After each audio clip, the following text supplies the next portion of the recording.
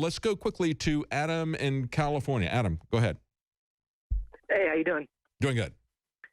So I have a 30-year-old millennial. Actually, I'm 28, but I've been, dealing with computers my whole life, programming, technology, and things like that. And I've been listening to the show for about 4 weeks now, and, you're pretty much spot on with everything. But I've been waiting for a conversation about blockchain technology to come up, and it came up today, and that's why I'm making this call.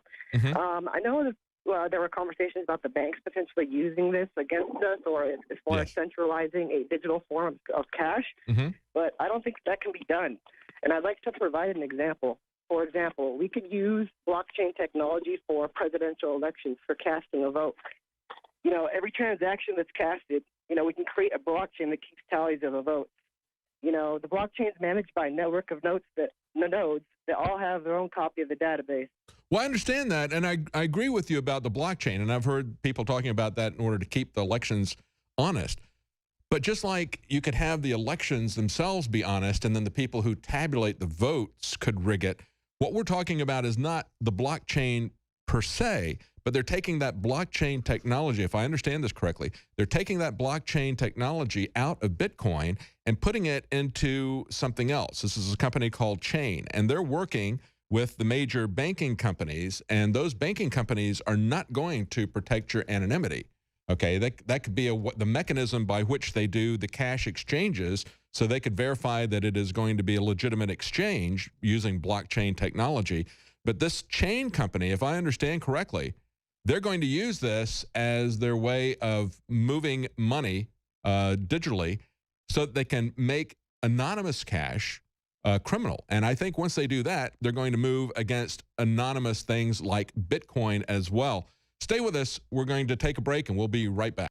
Now, as I came in there with the story from ABBA, and there's the article from Wired Magazine, they began, and when we were talking to Michael Snyder, he was talking about the various Scandinavian countries that were pretty close to having a cashless society already, and how many other countries within Europe have put limitations on the amount of cash that you can take out at any given time, prohibiting all of that. Now, what's behind all this?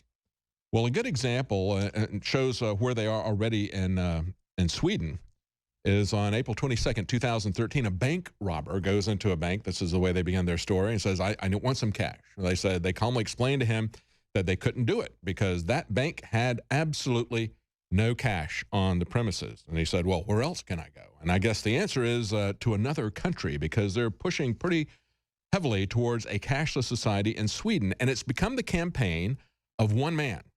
This guy who wrote that song in 1976, Money, Money, Money, his name is Ulvaeus, I guess if I'm pronouncing it correctly, Bjorn Ulvaeus. He began his war against cash because his apartment complex, actually his son's apartment complex, was broken into. They got kind of nervous about that, feeling that somebody would be back. And yes, they did come back a few weeks later. They stole a bunch of stuff. And he said, I started thinking, they took these things, and what are they going to do? They're going to convert it into paper bills.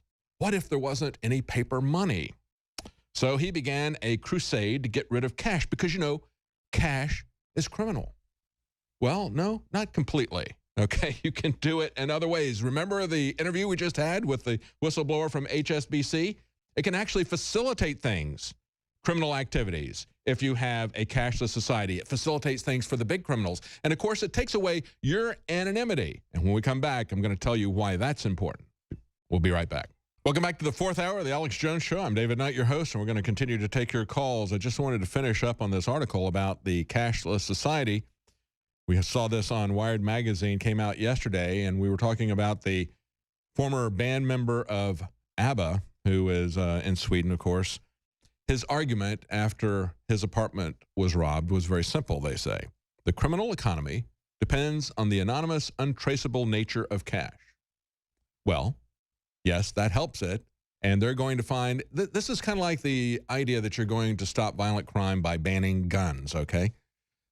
Yes, that can be used, but they'll find another way to do it. If you ban cash, there are going to be means of exchange and storage of wealth that are going to continue to be anonymous, whether it's going to be the actual items themselves in some kind of a barter exchange. Most likely, it will continue to be Bitcoin or something like that, some kind of a digital currency. They want to control this, though.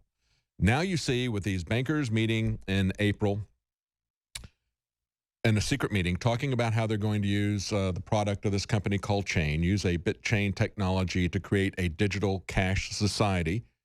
They want to make sure that this is not anonymous. That's the key concern that is there. And that's one of the ways that you can avoid being controlled by the government. So that's why they want to take that away from you. They want to be able to track you and tax you with everything you do.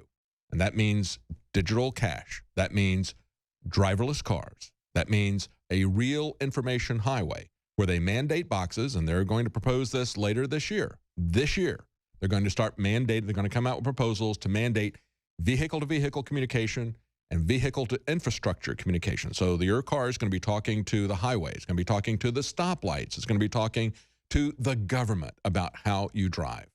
And they are going to use that to make it too expensive for you to drive your own car. And then they're going to control everything that you do and follow everything that you do. That is what's driving the digital cash issue. It isn't going to stop crime. We just had an HSBC whistleblower telling us that the bank itself was creating fake accounts and then deleting those accounts down the memory hole. It's even easier for them to do it than it is to move big bags of cash around. They can do it with little bits, and so it's not going to change the criminal action. And it's not even something that is going to be more safe and more secure, because look at this story from the Free Thought Project. Anonymous takes 9 central banks offline and unleashes a massive assault on the global banking cartel. So you want to take our anonymity by taking our paper cash? Well, we still have Bitcoin, and some of these hackers have pointed out that you are not secure even in the central banks. They say after a global call to arms, the anonymous campaign against the global banking industry, Vicarious, I believe is what it was, seems to be gaining major momentum as 8 more financial institutions have been taken down after the initial attack on the Central Bank of Greece, followed by similar denial of service attacks on the Central Bank of Cyprus. They say there's a 30-day campaign against central bank sites across the world. Look, the bottom line is this. They can get all the personnel records of everybody that works for the government, from the Pentagon to all these other bureaucracies, and they can steal that information. They can steal the digital cash. All you're doing is you're making it easier for criminals. You're making it easier for the government to control our lives by taking away physical cash and making this digital. But that's the whole point. That's precisely what they want to do.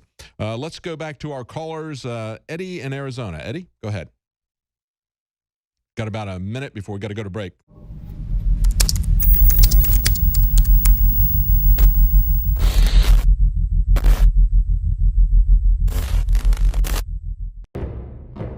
Thousands of years ago, there was a basic form of chivalry. Our ancestors would hear the drums of war, giving the warriors of the tribe a chance to organize and prepare a defense.